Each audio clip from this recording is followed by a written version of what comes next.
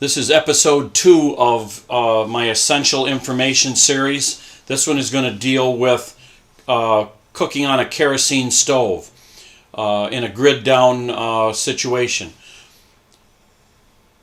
Most people on the internet, and I watch the YouTube videos just like you, they use a little Coleman pressurized dual burner stove or a little cooktop that uses white gas. That does work, but you have to use it outside or in a garage. You can't use it inside.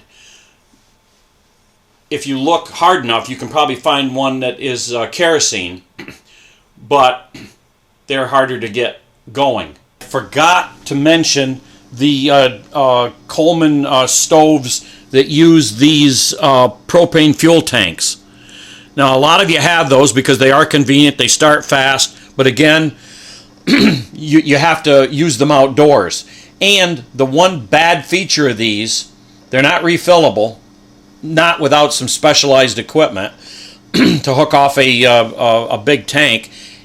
And if you're running off these exclusively, 20 minutes after the power goes out, you won't find any. They're all snapped up by people that are using them. You can also I've seen videos on using your gas grill. But again, you've got to go outside. And the reason why you're doing it is because while you're doing this cooking, the power's out, your stove doesn't work. Do you want to be out in the weather cooking every meal? As far as kerosene stoves, you can also use the multi-wick alpacas. They work. Each one is a little portable drum-like affair, and they do make a stand so you can put one or two in it and create a range. In my opinion, I think they're more fussy than what you see here in the video or on the screen. That's a Perfection. It's a 2-burner. They make 2, 3, 4, and 5 burners. They make single burner portables and dual burner portables. You can buy a brand new one from Shetler's Wholesale. I'll give you a link to that. Or you can buy an old one, a vintage one, and restore it because parts are available. They're still made today in Bern, Indiana by Swartz Manufacturing. This one is that you're looking at is in 1957. And I restored it. And my feeling is if you're going to be cooking on a stove, an emergency stove for any length of time, it's nicer and easier if you're cooking on something that you're used to, which is a range. And this is a range, and you can cook on it just like a gas or electric. You can put the same utensils on to cook, and it works. And I'll show you how easy it is to get them going. Assuming that you don't cook on a kerosene stove regular, it's going to be setting in the corner of your kitchen for however long. Power goes out, and it's going to be down for a while. You want to get your stove up and running. So what you do is you take your gallon of kerosene, tip it over, put it in the well.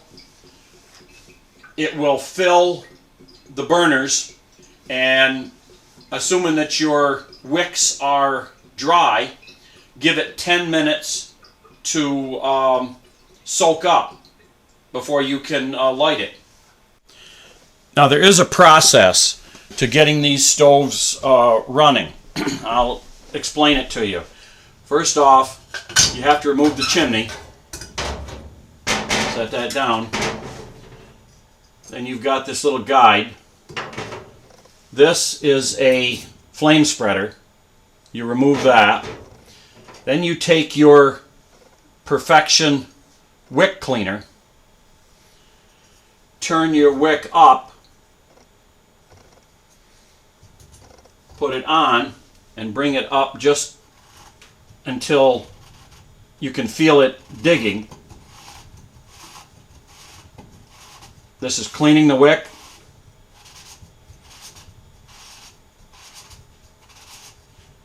that is shaping the wick. Now what you should have, if I can get in on that,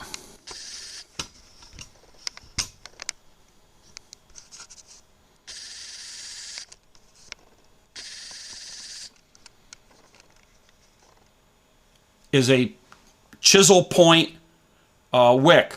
It's perfectly smooth and free of carbon. Next step is to put everything back. Flame spreader, collar,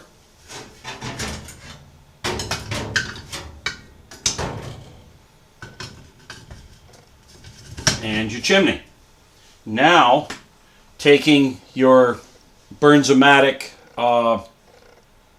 butane lighter that we showed in the first video, tilt this up, bring the wick up until you can just see it. You do not want it touching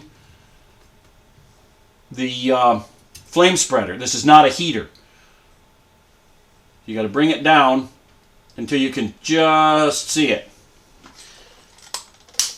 Now you light it.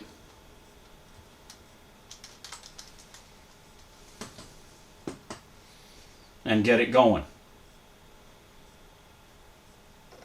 And then carefully lower that down.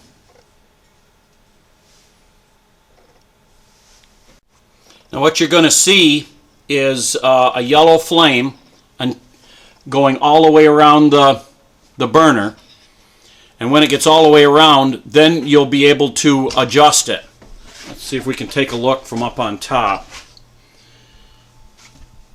See, we're part way around. We've got to wait for it to get all the way around. And the thing is, sometimes having it too high is worse than having it too low. Now if you notice, you have a yellow flame because it's turned down too low.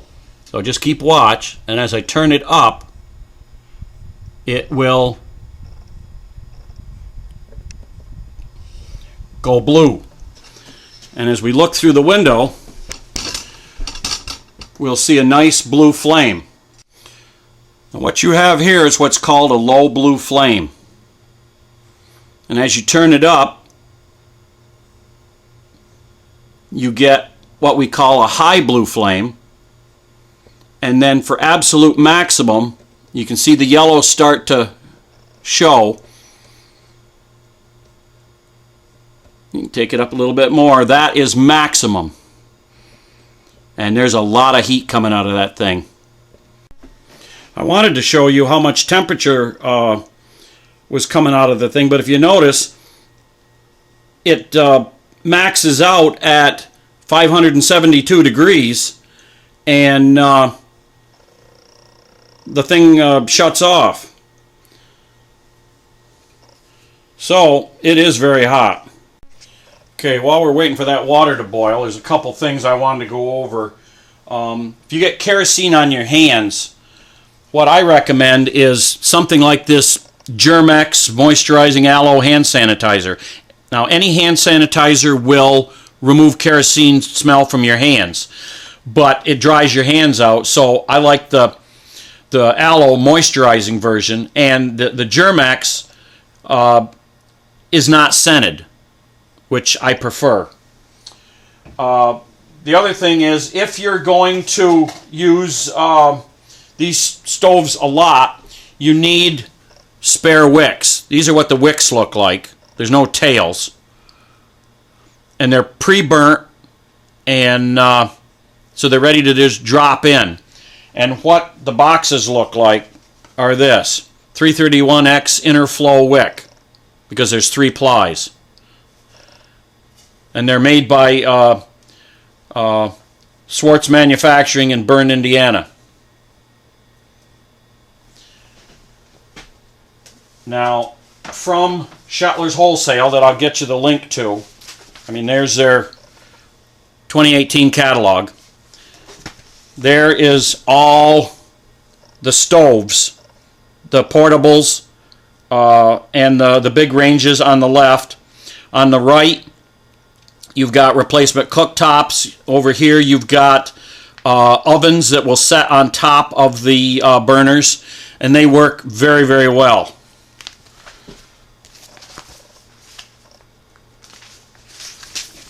Then here, what we have is all the parts to rebuild an old one if you decide to do that.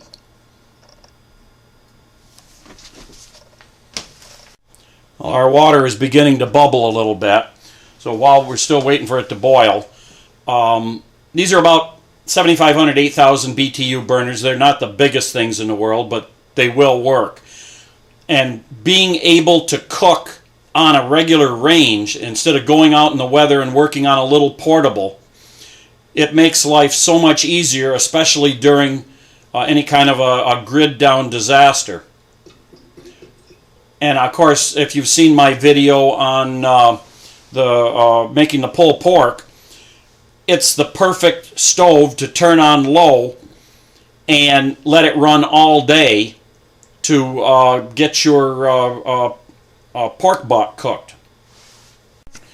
Okay, we are just beginning to boil, as you can see and hear.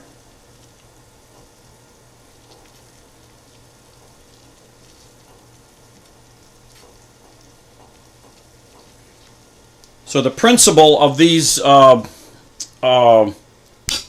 Perfection kerosene stoves is you get a column of intense heat going up the chimney and heating the bottom of the pan. If you're using some of the other type stoves like the alpacas, they're going to put flame on your pot. Yes, they will be quicker because the flame is on the pot, but there's also a good chance that they will deposit soot and that you're going to have to clean the pots. With the Perfection style, you don't. Now, to adjust the heat or turn it off, you simply turn this knob. You can turn it down to a blue flame or completely off, just like that. Okay, what I'm going to show you here is how to convert a blue flame stove into a yellow flame kerosene heater, because the difference is a blue flame runs much hotter than a yellow flame, and the blue flame produces more smell than a yellow flame. For the short term when you're cooking, you don't notice any smell. But if you're going to let it run for hours to keep you warm, then yeah, you're going to notice it.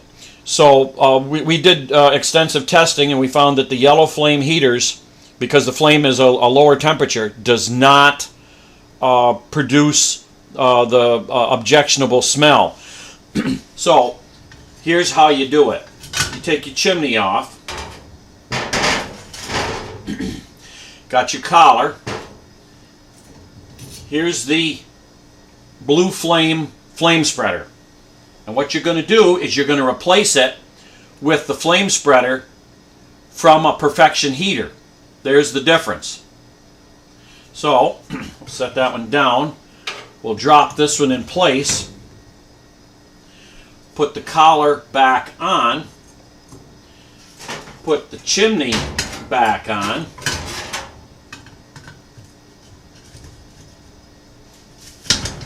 Like that. And then we will light it up and I'll show you the difference.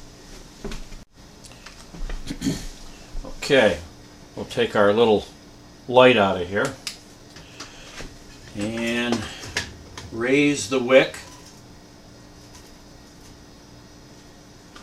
and then light it.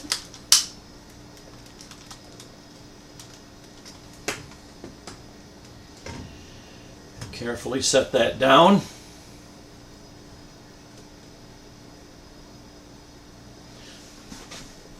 And then we just have to wait for the thing to burn all the way around. We'll take a quick look here.